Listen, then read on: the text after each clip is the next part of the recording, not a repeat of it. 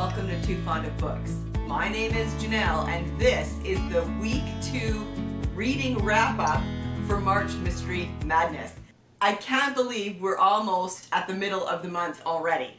This is going by so fast, but I read some great books this week, and I also read some books this week, and let's just dive right into it. I'm excited to tell you about all of these.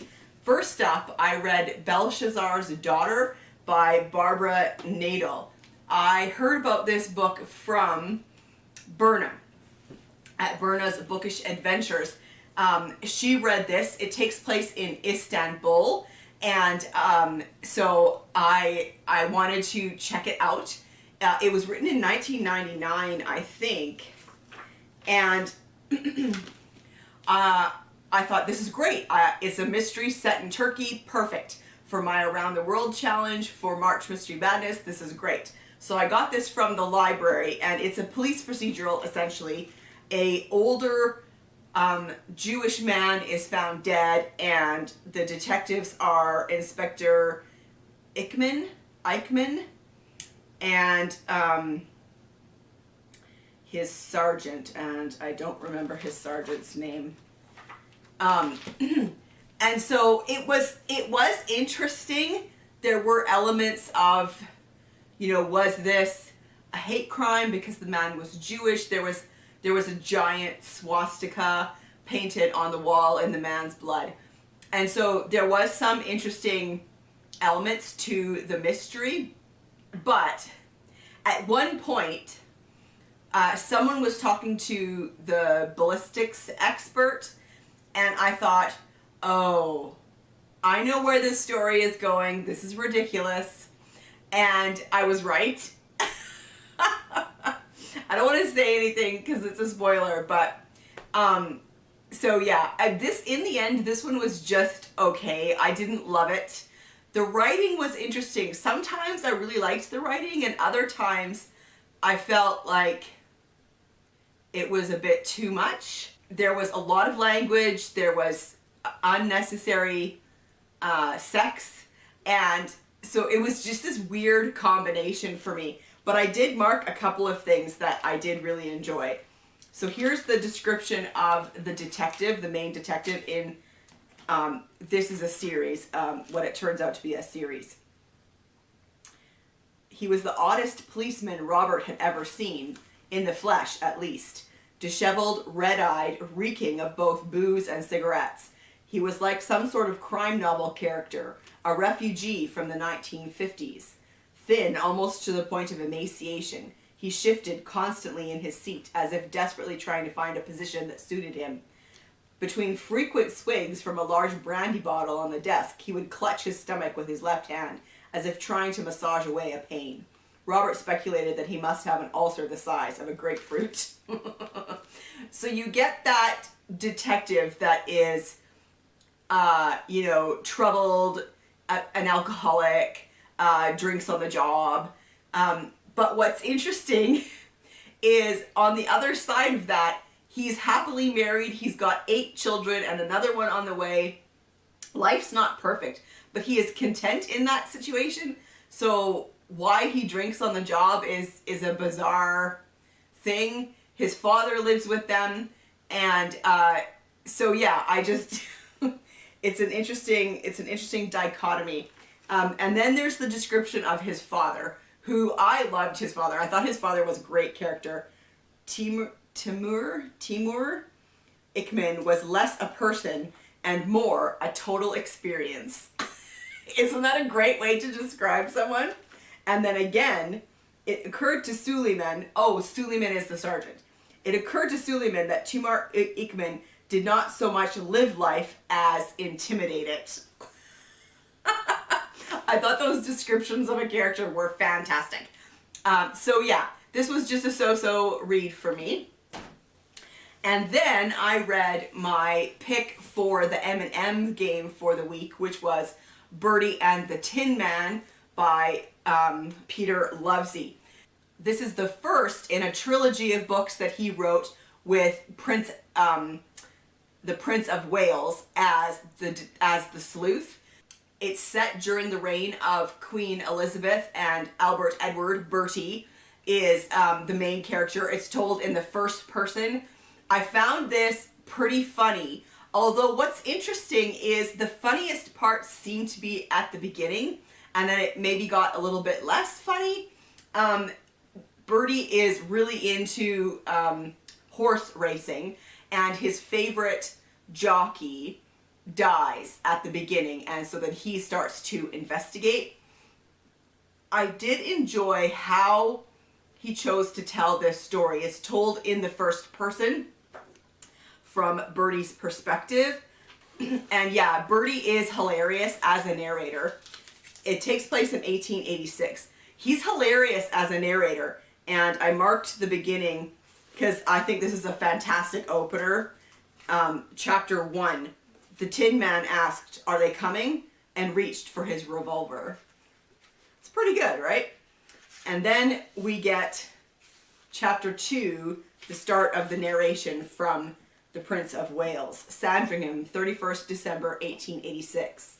I must say, it's a queer thing to be sitting in my study on the last day of 1886, addressing someone not yet born, but that is what I take you to be. That is what you had better be. As for me, I'm a dead man, or will be when you read this, and grossly libeled in the history books, I shouldn't wonder. Not to prolong the mystification, my name is Albert Edward, and among other things notable and notorious, I am the Prince of Wales, the eldest son of Her Gracious Majesty Queen Victoria. To please mother and country, I wear a straitjacket. This uncongenial garment is known as protocol. It obliges me to consign this intimate account of certain adventures of mine to a secure metal box in the Public Record Office for 100 years.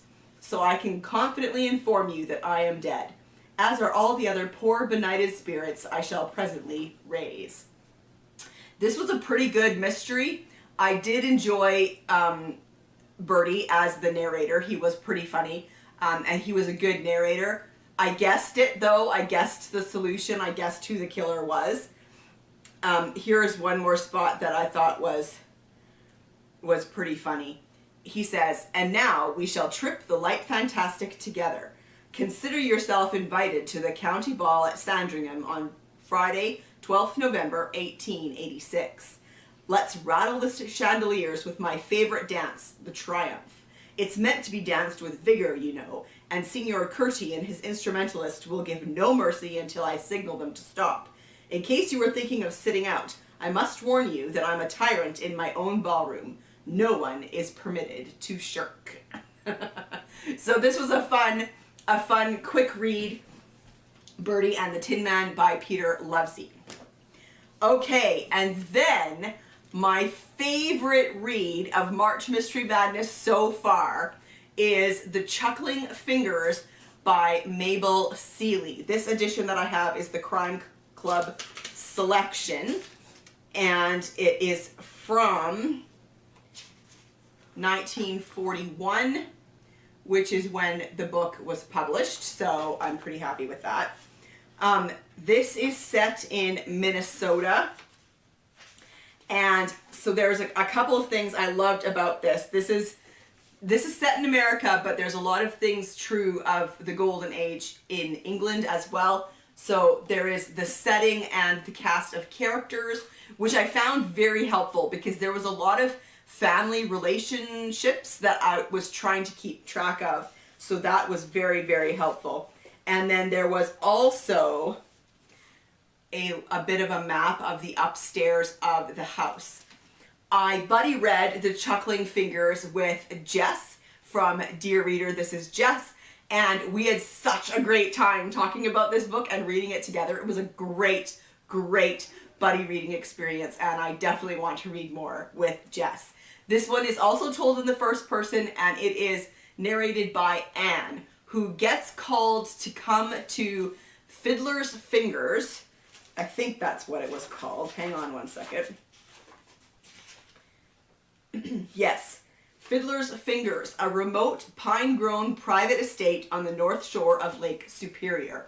Her cousin, whom she grew up with because both their parents died together in an accident.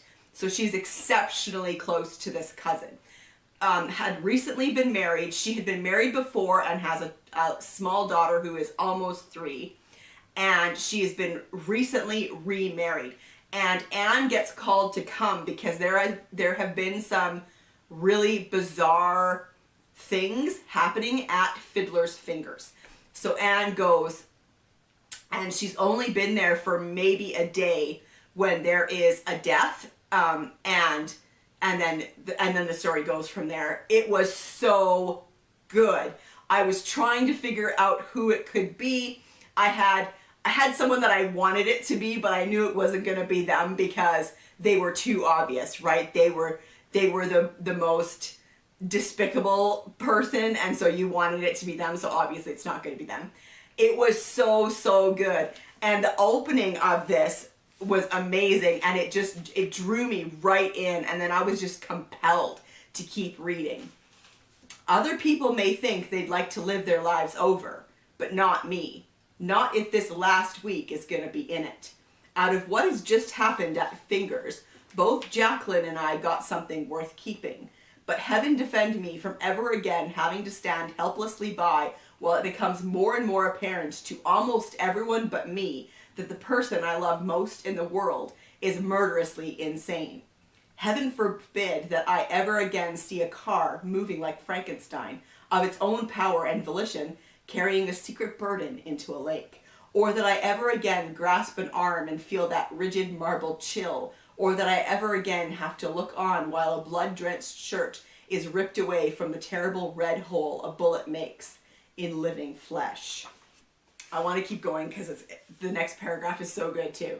I never again want to know the panic of being up against evil, coming out of a mind so much more skillful than mine, that even the signs we did see, the acid in the bride's toilet kit, the burned matchsticks under a bed, the words scrawled with a child's blue chalk on rock, all just bogged us deeper in error and despair. I never again want to have a flying figure come hurtling at me from an unlit staircase, or wake in the morning to find my bathrobe slashed, or stand endless hours facing a door fighting a vicarious fight. Any time in my life is going to be too soon for me to want to feel again that I'm a member of a looming last man's club, with death walking hooded in the night, relentless and remorseless and successful. Someone, I suppose, some Heaton, will live on at Fiddler's Fingers, but it'll be all right with me to be away from that particular slash of water, that particular brush of wind, that near inhuman chuckle that came to sound like laughter at all law and right and civilization. Amazing, right? This was so good. My favorite read so far of March Mystery Madness. Okay, and then I've been continuing my reread of Karin Slaughter's Grant County Will Trent series, and I read Fallen, which is part of the Now They've Been Combined. So this was from 2011.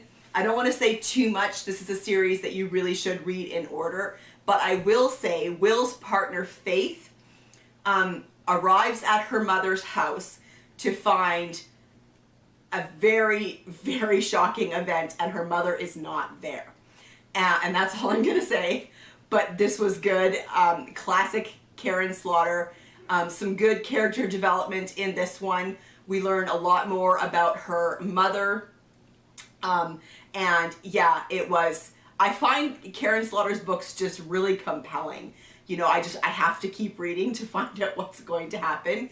Although really, like, this is like just over the line for me as far as what I can handle for, you know, violence and grit in my mysteries, but they're just so compelling, and I really enjoy the way that she writes. So yes, this was a great read as well. And then I read one of my picks from the vault, which is Patterns in the Dust by Lesley Grant-Adamson. Now, interestingly enough, when I put this on Goodreads that I had read it, I discovered that I had read it before. And I had read it in, I think it was 2015, and I did not remember anything. Like, there was not even an inkling in my mind that I had read this before, which I find interesting. This is from 1985, and our main character is Rain Morgan. It's set in Somerset, and Rain is a gossip columnist for a newspaper. One thing that I find hilarious, because this was written in 1985, there is so much about newspapers. People going to buy the newspaper, people reading the newspaper, people working for the newspaper. It was pretty hilarious. Very dated, but anyway, so she's on holiday and she goes to stay at a cottage in this village in Somerset that belongs to the cousin of her boyfriend. And when she's there, she meets a number of people in the village.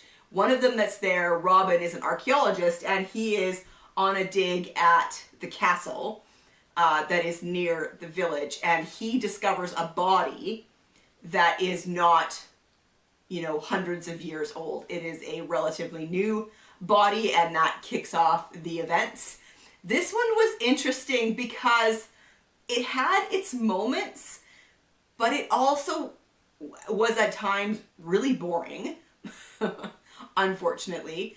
And I guessed pretty easily the solution to what was going on, and I was kind of surprised that our amateur sleuth, Rain, did not pick up on what was happening. She really should have, for being as nosy as she was. So this was just okay, but I am glad that I read it. It's another book read and done from the vault, and so in that sense, it was definitely a success. Okay, and then last but not least is A Pinch of Poison by Alyssa Maxwell. This is the second in the Lady and Lady's Maid series, which is historical mystery set in England just following World War I. Phoebe, Lady Phoebe, is doing some, she has done some work that involved a charity luncheon at the girls' school that she attended when was at school. She's 20 now. And the headmistress, head teacher at the school, principal as it were, dies at that luncheon. And of course, Phoebe is involved in trying to figure out what's going on. I like the relationship between her and her lady's maid, Eva. And what I really love about this series, and especially in this book, this is only the second one in the series, but it was really prominent in this one, is the how much the author focuses on the social upheavals following World War I. So what was it like for the men and women who came back?